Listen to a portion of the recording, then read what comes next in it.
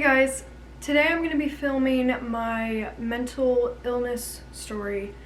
This video was won in a poll over another video, so if you guys want to participate and stuff like that, follow my Instagram and my Twitter, which is down below in the description. But anyways, let us get on with the video.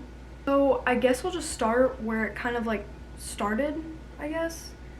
So like through middle school, like I didn't really notice anything except for like probably like anxiety, but that was like kind of normal because like school was very stressful and I was like struggling in school.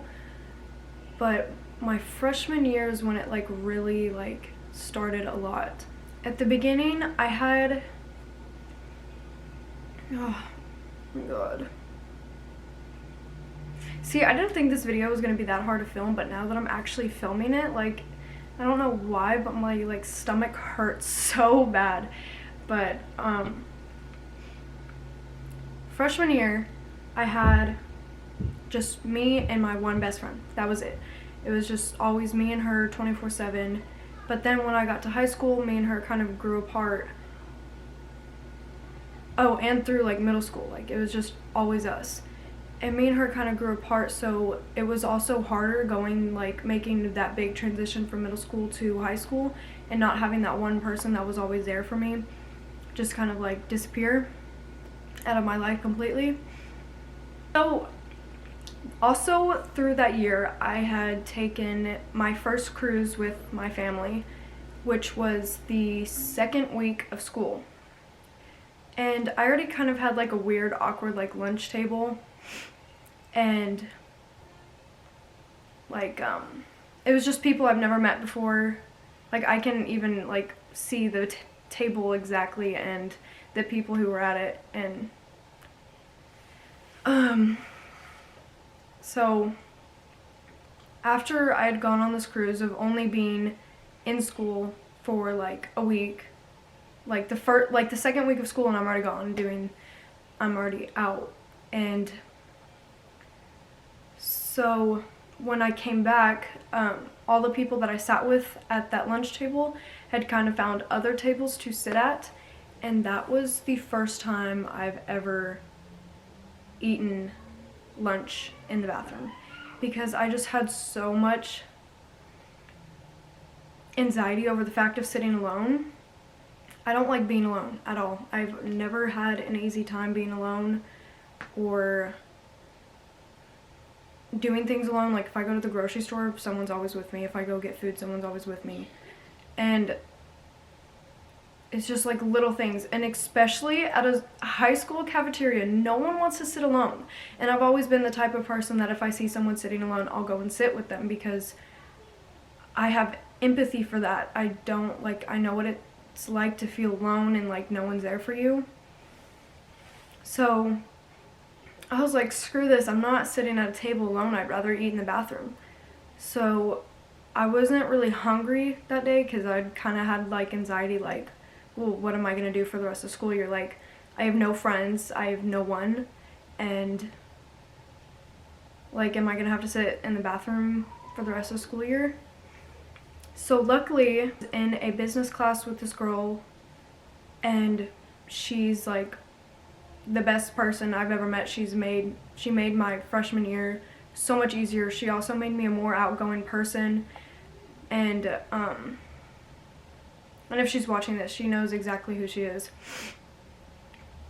And she would eat in the art room with, what was it, 2-3 other people. So for the rest of the school year, I would eat with them, and then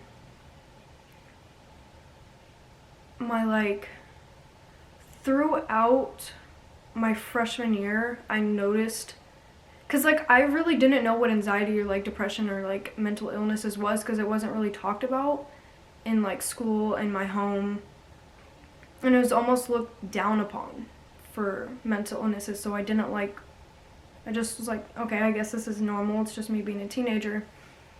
Oh my god. And speaking of just being a teenager, November, the holidays have always been difficult since my freshman year because of events that had taken place.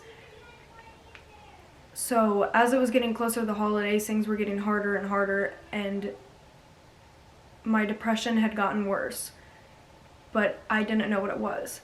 So I had asked my mom, can you take me to the doctor so I can take me to the doctor?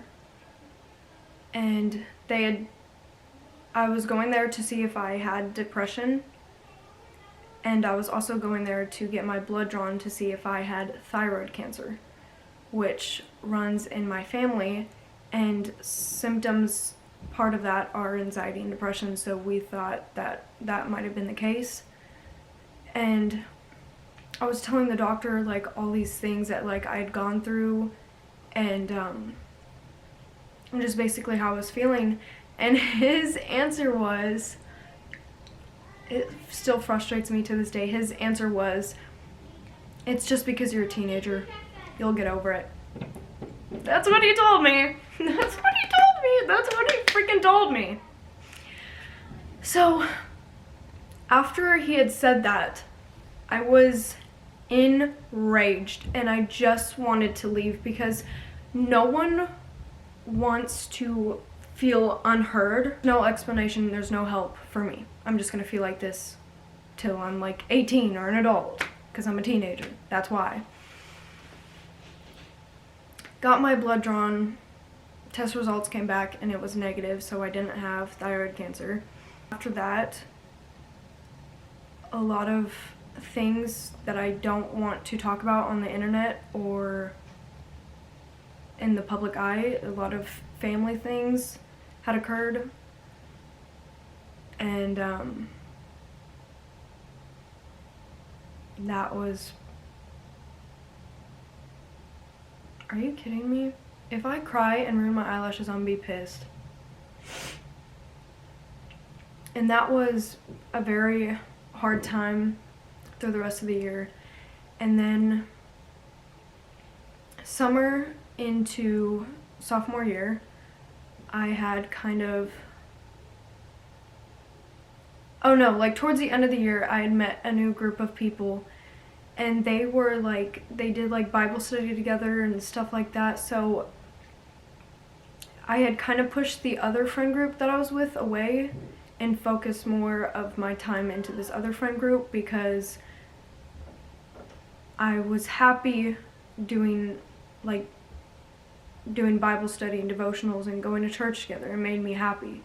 So I realized that like this is where I need to put myself in this friend group because it's best for me. And at this point I had a couple of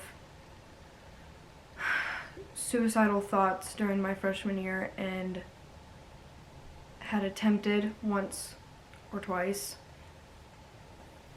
And then just over the summer I had really bad insomnia, so I wasn't sleeping.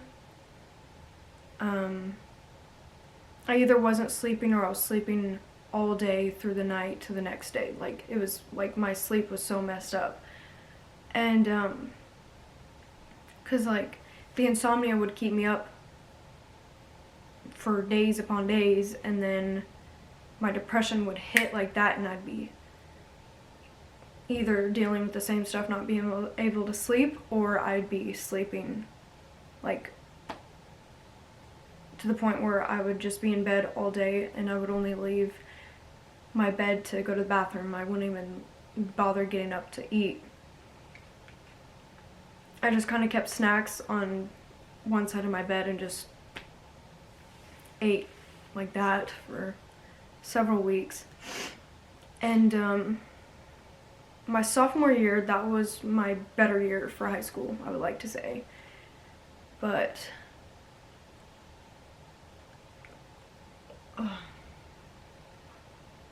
this is the year that I felt myself becoming better and happier. But this is when I started self-harming, so it was also not better. I kind of lost my friends from the year prior, my freshman year, because we had all kind of like drawn ourselves away. So I found another table to sit at, and this was the year that I'd kind of pushed a lot of people away till like at the beginning of my sophomore year. I'd kind of pushed a lot of people away, and I was drinking and like smoking a lot. I was partying like 24/7, but like at parties, like I wouldn't even be partying, I'd just be up against the wall because like I don't want to be here. Like I don't. And just have double fisting and back of the wall and just chugging down. And a friend group once again dissolved away. And I was alone again. This year I started being more open about it with my parents and stuff, but they didn't see it as like a serious thing, because at this time, like, mental illnesses have just now become and started being like a serious thing. Like, it's always been taken as a joke, or it's just like become like a trendy thing on Twitter, like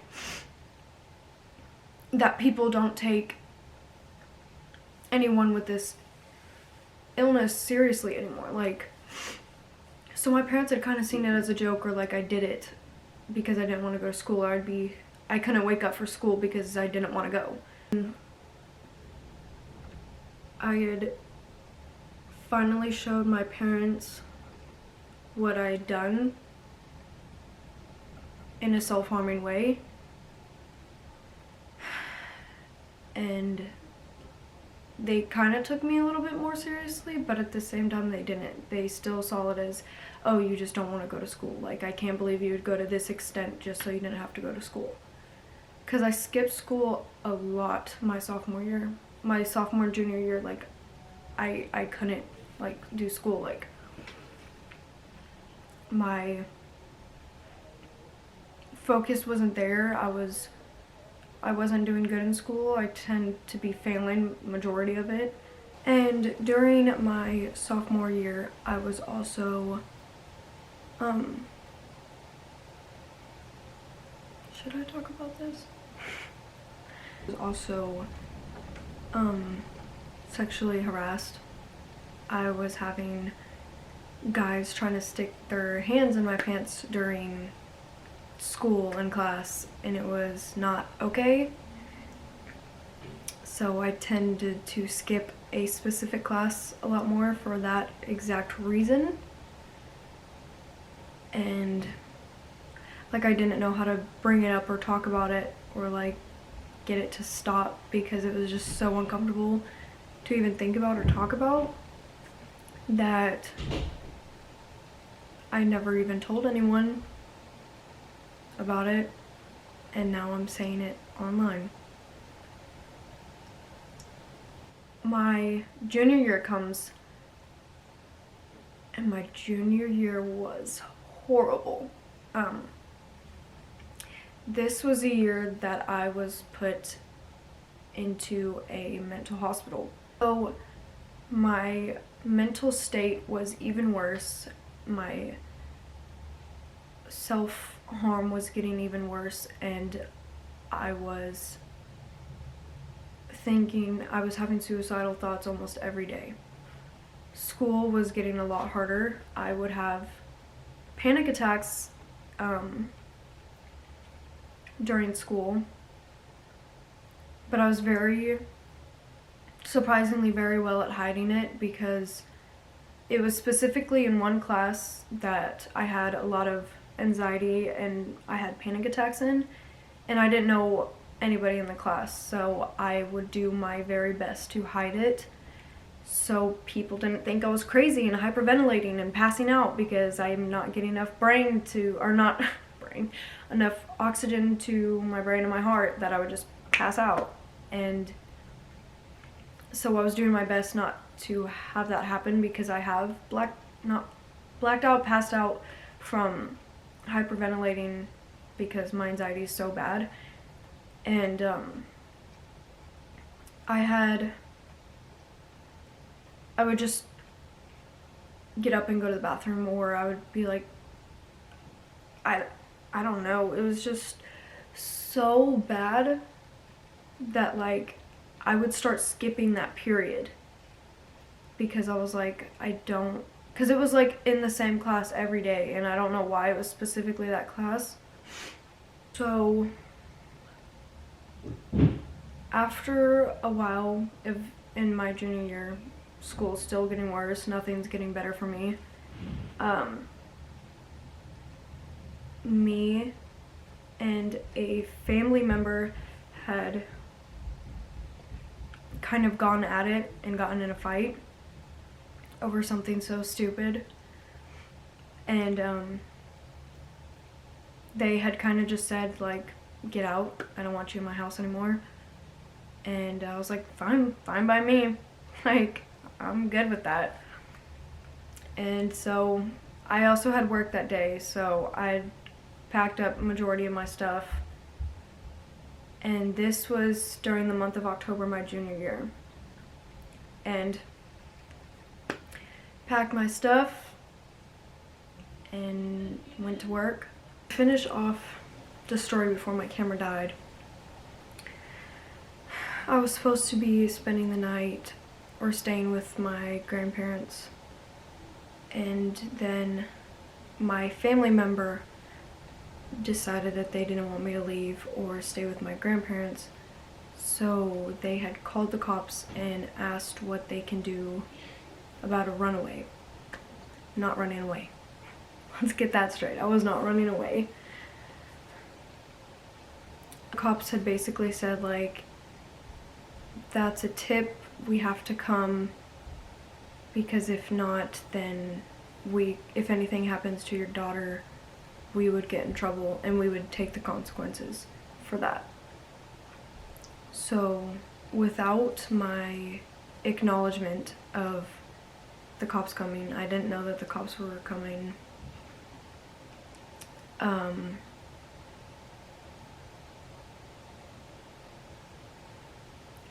I was just kind of done with life and everything. I was tired of feeling so unwanted, so alone, so down, depressed, and having all these emotions I had no explanation for.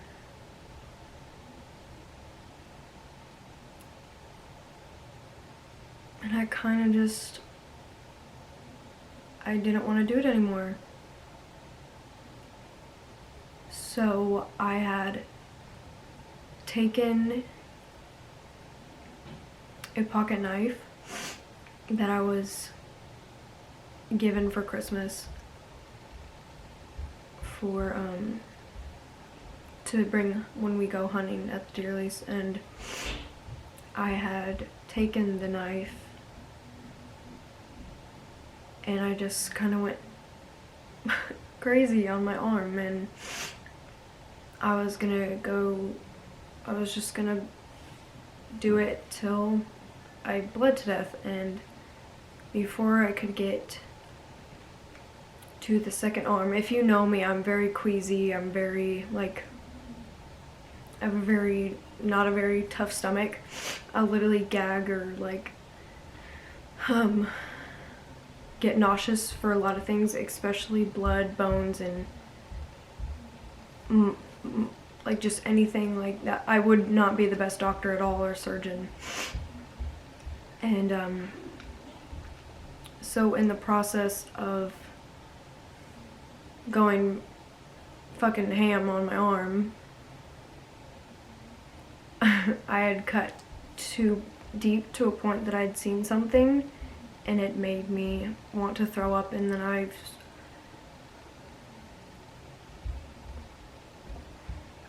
I sat there and realized that, like, I don't want to do this, like, I want to live. And because that was the first time I had ever attempted suicide, and I was like,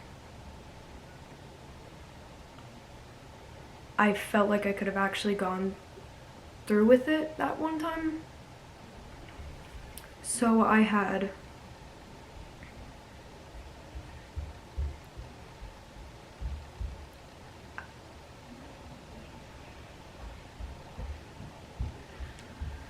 I had you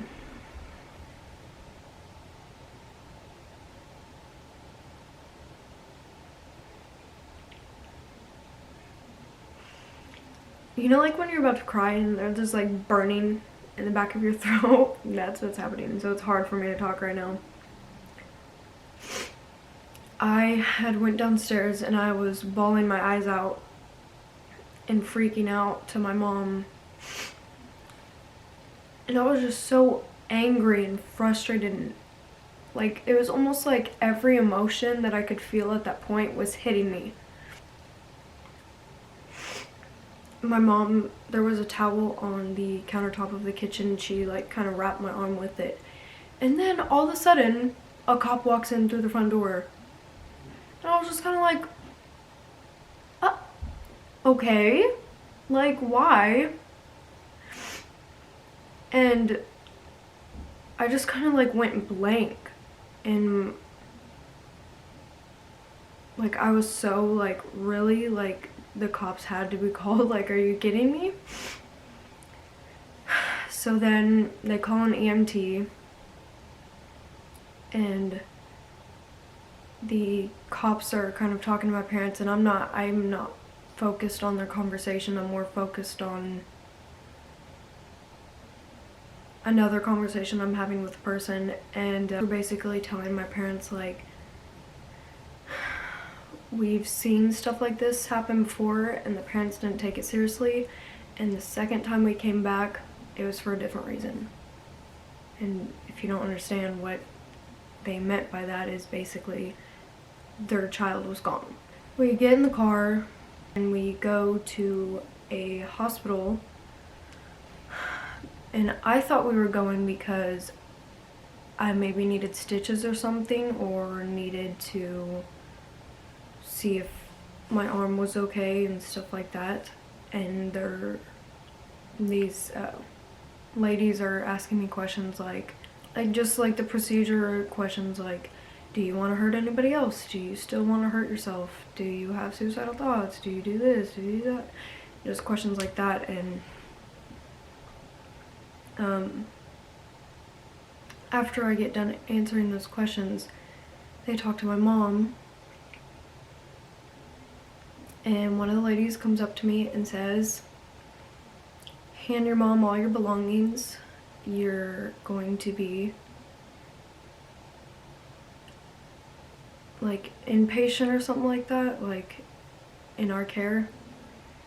And I started crying my eyes out because all I wanted to do in that moment was go home and sleep in my bed. And instead, I got to sleep on a reclining chair in a hospital with people sleeping next to me or not sleeping, screaming, that are on drugs like cocaine, bath salts, and heroin and crazy drugs.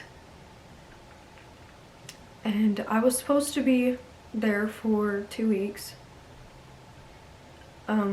Basically, you're on a specific floor until you talk to the doctor and see if you actually need to be an inpatient or not.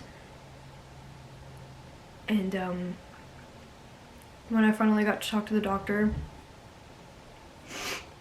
she said I needed to be an inpatient once again. Cried my eyes out, was screaming, not having it, like, but at the same time I'm like trying to keep my calm because of more, like in that moment you want to just react to everything. You want to throw, you want to things, you want to punch, everything. You just want, like, because you feel so trapped, and you already, like, I was already feeling trapped in my mind and my own body, and to feel even more trapped physically and not just emotionally, mentally, it was like, why? And after that, I was finally put into the actual inpatient facility, and It's basically like girls on one side, guys on the other side, and it then like a bunch of rooms. There's like 2 beds, and then there's like a camera in one corner, and then like the bathroom, a community area in the middle. And that's basically where you go for like all the group stuff. I was there from October 27th to November 2nd. So I was inpatient there on like Halloween. So like Halloween is like now a very difficult holiday, as if not every other holiday is difficult for me. I was required to do therapy, but that didn't last very long, and I was also given medications. I found out that I was diagnosed with MDD, which is major depressive disorder, GAD, which is generalized anxiety disorder, OCD, obsessive compulsive disorder, and bipolar disorder. And I also suffer from PTSD from multiple events in my life. I forgot to mention that after I had gotten out of the hospital, it was November, and that is when I think I went to school for like 2 weeks and then stopped going. And I talked to my parents and I was like, I'm done with school, like I can't. I've been trying to drop out of school since I was a freshman. I'm tired of it. It's not helping me. My teachers are so unhelpful, and the people I go to school with are just...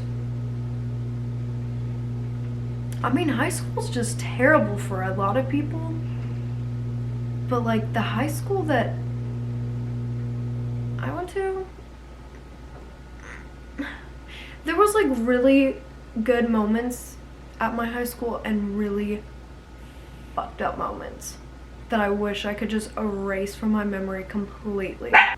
I talked to my parents and we had kind of like discussed it of what we should do and what would be best, and I was planning on, the original plan was to drop out, get my GED, and go straight to work. And my mom had kind of like taken back and was like, no, like you still need your high school diploma. And I was like, well, do I? No. But of course my mom won the fight, and I ended up taking online school. And it was just kind of like, when I got back from the hospital, it was just kind of like, not like I expected everyone to care, for everyone to be there when I got back, but it's like no one knew. Like, I'm pretty sure,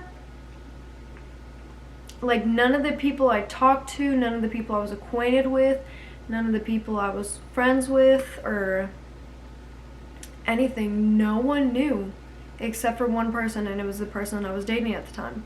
And I eventually had told people, and they were like, oh my god, like I had no clue you were even gone. And I was like, yeah, about like 99% of the other population of the people that go there didn't know either. But then again, I kind of think to myself, well, I did miss a lot of school, like weeks upon weeks. It's better to think that that's the reason than for me to allow myself to be like, yeah, no one cared. Like, no one cares that you were gone. No one cares that this happened or this happened. Like, if I thought that way or think that way, then it's just going to be even worse on my mental health. And I can't do that to myself, so I have to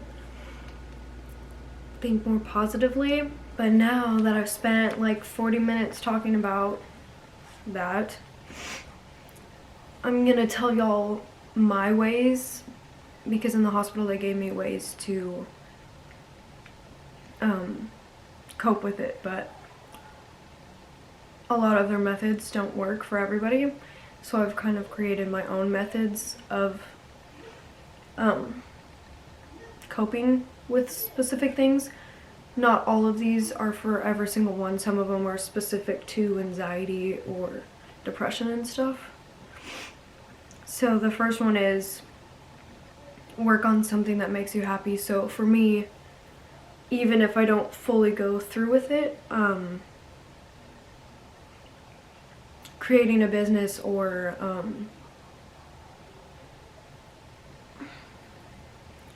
working on a business is very stress relieving to me, and it just makes me happy in general. So if you've seen my stages of creating a business 20 times, like I wanted to create a clothing company called Warriors Apparel. I also created a company called Adhesive Artistries, which is like a countertop and flooring company with epoxy resin. The second one is paint or draw. I didn't really do this on purpose. I had realized when I was jotting stuff down that I'd kind of like noticed that when I was going through those specific times, I would paint and draw a lot. So that's one. And then 3, this one's gonna sound really bad and it's probably not the most healthy way, but I have like so in my closet there's like a dresser, and then there's like a tiny space between the wall and the dresser. And so whenever I get really depressed or very panicky, I'll tend to go in my closet and kind of like get a blanket and like some stuff and just kind of like box myself in that space, because it just makes me feel like comforted, like hugged by the walls and the dresser, without me needing to reach out to people, because I tend to like get very frustrated or like yell or push people away when I get like that. So it's just easier for me to do it that way instead of needing or like needing somebody's attention or companionship at that time. Number 4 is talk about it with somebody that just listens. Whenever I feel like that, I don't want somebody who's going to give me their 2 cents. I don't want somebody who's going to give me their opinion. I just want them to listen and comfort me, because I've had a lot of experiences. I tend to like completely shut off for a good amount of time, because I had talked about it with one person and had shown them and talked about me self-harming, and they hit me. Like they literally slapped me across the face and was like, why would you do that? And that is not probably the brightest thing to do to somebody who is going through a moment like that, and they just need comfort. They don't need, especially because what I was going through, I didn't need one more person hitting me. I didn't need one more person putting their hands on me in a way I didn't want them to. Number 5 is whenever I get panic attacks or very panicky or really bad anxiety, I will run my hands underneath cold water, because when I get like really bad anxiety, my hands will get very like sweaty, and it's kind of gross. But 6 is spend time alone or with friends. This one's very helpful because I tend to forget that I need time alone. So whenever I do get that time alone, I try to cherish it and get as much stuff done or do things that I can't do when people are around or when I'm with other people. Or like I'll spend time with friends, because it gets me out of the house and it gets me talking and it gets me doing things. And number 7, this one's gonna sound so cheesy and straight out of the books, but go on a run, go on a walk, or meditate. Number 8 is I will open my Bible and I'll do a devotional or I'll just read a passage, or I'll look up a passage that'll help me in that moment in time. I know not all of you may be religious, but these are my coping mechanisms that I'm sharing with you so that they could possibly help you. And number 9 is I clean whenever I get like really anxious or really bad anxiety. I tend to like clean or do whatever I can to like organize my space and make it less clutter free, or like I completely will take everything out of my room and redo all of it. Number 10, this is also one of those cheesy things that they put on a piece of paper and tell you to do, is write in a journal. I have 2 journals that I have writing in, which is mainly composed of like poetry or something, so you just kind of have to find out what works for you when dealing with this stuff, because they can tell you all these ways of how to cope with it or what to do if this happens or but it depends on you and who you are and what works for you. Thank you guys so much for watching. I hope you enjoyed, or you learned something, or you took something from this that'll help you in the future, or that it'll help someone realize that you're not alone and that it's okay not to be okay. That's so cheesy and I hate when people say that, but it's so true. Like, do things that make you happy, not what makes other people happy.